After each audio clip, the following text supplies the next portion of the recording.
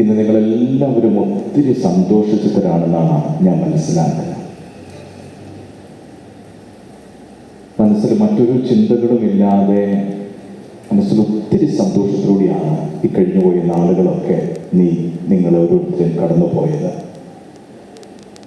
ഈശോയുടെ തിരുപ്പിറവി ആഘോഷങ്ങൾ, അതിനെ തുടർന്ന് ഈ ഇടവക മധ്യസ്ഥന്റെ തിരുനാളിൻ്റെ പതാക ഉയർത്തൽ കർമ്മങ്ങൾ, ഇന്നലെ പ്രദക്ഷിണം, ഇന്ന് ആ തിരുനാൾ സന്തോഷത്തിൻ്റെ സമാപന ദിനത്തിലാണ് നമ്മളായിരിക്കുക. ഈ സന്തോഷം എന്നും നിങ്ങളുടെ മനസ്സിലുണ്ടാകണം. 2025 ജൂബിലി വർഷം മുഴുവനും ഓരോ ദിവസവും ഈ സന്തോഷത്തിൽ, ആത്മാവിൻ്റെ നിറവിൽ ജീവിക്കാൻ നിങ്ങൾക്ക് ഓരോരുത്തർക്കും കഴിയണം. എൻ്റെ പ്രാർത്ഥന ഇതാണ്.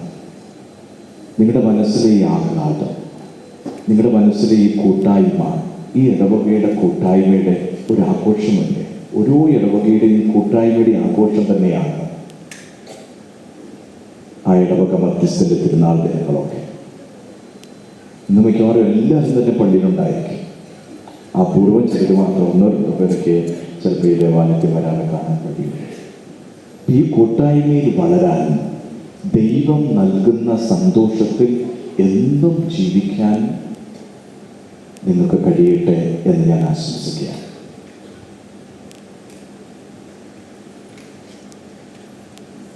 മിഖേൽ മാലാഖയുടെ തിരുനാള് ആരാധനക്രമ മത്സരത്തിൽ സെപ്റ്റംബർ മാസം 29-ാം തീയതിയാണ് ആചരിക്കുക. ആ തിരുനാളിനൊരു പേരുണ്ട്. മുഖ്യ ദൂതന്മാരായ ഗബ്രിയേലിൻ്റെയും മിഖായേലിൻ്റെയും റഫായേലിൻ്റെയും തിരുനാളെന്നാണ് ആരാധനക്രമ മത്സരത്തിൽ നമുക്ക് കാണാൻ കഴിയുക. ഓരോരുത്തർക്കും ഓരോ പേരുകൾ നൽകിയിരിക്കുകയാണ്. ആ പേരുകൾക്ക് ഒരു അർത്ഥവുമുണ്ട്. ഗബ്രിയേൽ മാലാഖയ്ക്കുള്ള അർത്ഥം എന്ന് പറയുക എന്ന പദത്തിന്റെ അർത്ഥം ദൈവത്തിന്റെ ശക്തി, ബലം എന്നുള്ളതൊക്കെയാണ്. മിഖേൽ മാലാഖയെ കുറിച്ച് പറയുന്നത് ഹു ഈസ് ലൈക്ക് ഗോഡ്, ദൈവത്തെ പോലെ ആരുണ്ട് എന്നുള്ളൊരു ചോദ്യമാണ്.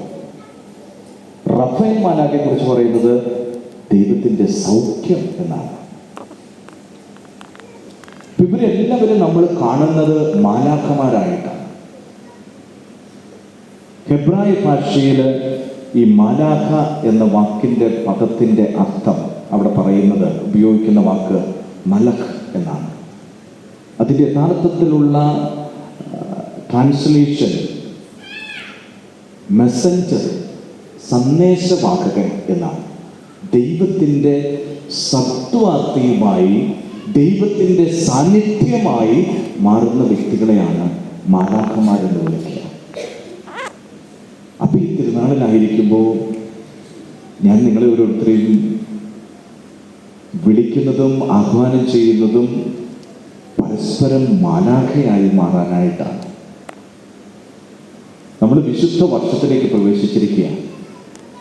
ഡിസംബർ മാസത്തിൽ 24-ാം തീയതി രാത്രിയിൽ തിരുപ്പിറവി ആഘോഷങ്ങളോട് ചേർന്ന് പരിശുദ്ധ ഫ്രാൻസിസ് പാപ്പ ആഗോള സഭയിൽ വിശുദ്ധ വർഷം ആരംഭിച്ചിരിക്കുക. വിശുദ്ധ വാതിൽ തുറന്നുകൊണ്ട് ഇന്ന് ലോകമെമ്പാടുമുള്ള എല്ലാ രൂപതകളിലും വിശുദ്ധ വർഷം ആചരണം ആരംഭിക്കുക. നമ്മുടെ രൂപതയിൽ ഇന്ന് വൈകുന്നേരം 4 മണിക്കാണ് രൂപതയിലുള്ള 84 ഇടവകളിലെ വികാരിയച്ചന്മാരും പ്രതിനിധികളും എല്ലാവരും ഒന്നു ചേർന്നുകൊണ്ടുള്ള ആഘോഷമായിട്ടുള്ള ദിവ്യബലിക്ക് നാം ഒരുങ്ങിക്കൊണ്ടിരിക്കുകയാണ്. ഈ വിശുദ്ധ വർഷം ദൈവം നമുക്ക് പ്രദാനം ചെയ്യുന്നത് ഒരു ഓർമ്മപ്പെടുത്തലാണ്. ഞാനും നിങ്ങളുമൊക്കെ മാലാഖമാരായി തീരാൻ കഴിയണം. ഞാനാണോ എൻ്റെ സഹോദരൻ്റെ കാവൽക്കാരൻ എന്ന് പഴയ നിയമത്തിലൊരു ചോദ്യമുണ്ട്. ഇനി അങ്ങനെയുള്ള ചോദ്യങ്ങൾ ഉണ്ടാകാൻ പാടില്ല. ഈ തിരുനാളിലൂടെ നമ്മുടെ മനസ്സിൽ കുറിച്ചു വയ്ക്കേണ്ട സത്യം ഇത് തന്നെയാണ്.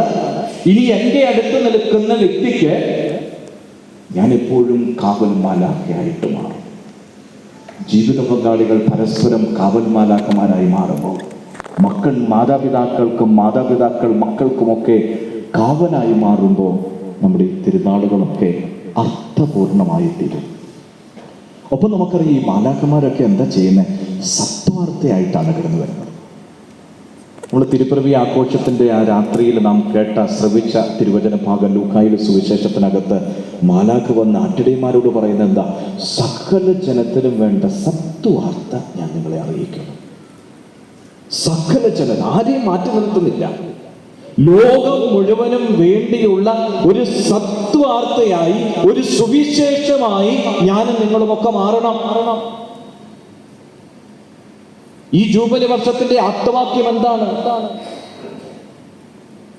പ്രത്യാശയുടെ തീർത്ഥാടകരെന്നാണ്. ഞാനും നിങ്ങളുമൊക്കെ പ്രത്യാശയുടെ തീർത്ഥാടകരാണ്. ഇന്ന് പ്രതീക്ഷ നഷ്ടപ്പെട്ടു പോയ, പ്രത്യാശ നഷ്ടപ്പെട്ടു പോയ എത്ര വ്യക്തികളുണ്ട്? കുടുംബങ്ങളുടെ എണ്ണം വർദ്ധിച്ചുകൊണ്ടിരിക്കുകയാണ്. അവിടെ പ്രത്യാശ നഷ്ടപ്പെട്ടിരിക്കുക, പ്രതീക്ഷയില്ല, എല്ലാം തകർന്നു പോയിക്കൊണ്ടിരിക്കുക. ഒന്നിനു പുറകെ ഒന്നായി തകർച്ചകൾ കടന്നു വരുന്ന ജീവിതങ്ങളും കുടുംബങ്ങളും വ്യക്തികളും ഒക്കെ ഉണ്ടായിരിക്കാം. തിരുവചനം നമ്മെ ഓർമ്മപ്പെടുത്തുന്നതും ഈ തിരുനാൾ നമ്മെ ഓർമ്മപ്പെടുത്തുന്നതും എന്താണ്?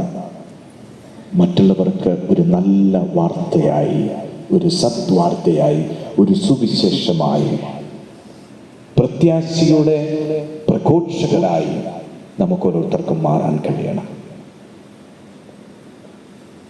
വീണ്ടും നമ്മൾ ഈ മാലാഖമാരെ കുറിച്ച് നാം ചിന്തിക്കുമ്പോൾ നമുക്ക് കാണാൻ കഴിയുന്ന കാര്യം, ഈ മാലാഖമാർ ദൈവത്തിൻ്റെ സാന്നിധ്യത്തിലായിരുന്നു എപ്പോഴും ജീവിച്ചിരുന്നത്.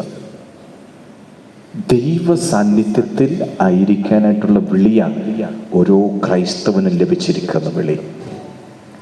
അപ്പോസ്തലന്മാരെ തിരഞ്ഞെടുക്കുന്ന അവസരത്തിൽ മർക്കോസിന്റെ സുവിശേഷം വായിക്കുമ്പോൾ നമുക്ക് കണ്ടെത്താൻ പറ്റുന്നത്, ഈശോ അപ്പോസ്തലന്മാരെ തിരഞ്ഞെടുക്കുമ്പോൾ പറഞ്ഞു വെച്ചിരിക്കുന്ന ആദ്യത്തെ കാര്യം തന്നോട് കൂടെ ആയിരിക്കാനാണ്. എന്നിട്ട് ചേർത്ത് വെക്കുന്നുണ്ട്, സുവിശേഷം പ്രസംഗിക്കാൻ അയക്കപ്പെടാൻ വേണ്ടിയിട്ട്. ഏറ്റവും ആദ്യത്തെ ലക്ഷ്യം, നമ്മുടെ ഓരോരുത്തരെയും വിളിയുടെ അർത്ഥം കണ്ടെത്തേണ്ടത് ദൈവ സാന്നിധ്യത്തിലായിരിക്കണം. സമർപ്പിതന്റെ ജീവിതത്തിന്റെ അർത്ഥം കണ്ടെത്തേണ്ടത് എവിടെ നിന്നാ? ദൈവത്തിന്റെ സാന്നിധ്യത്തിലാണ്.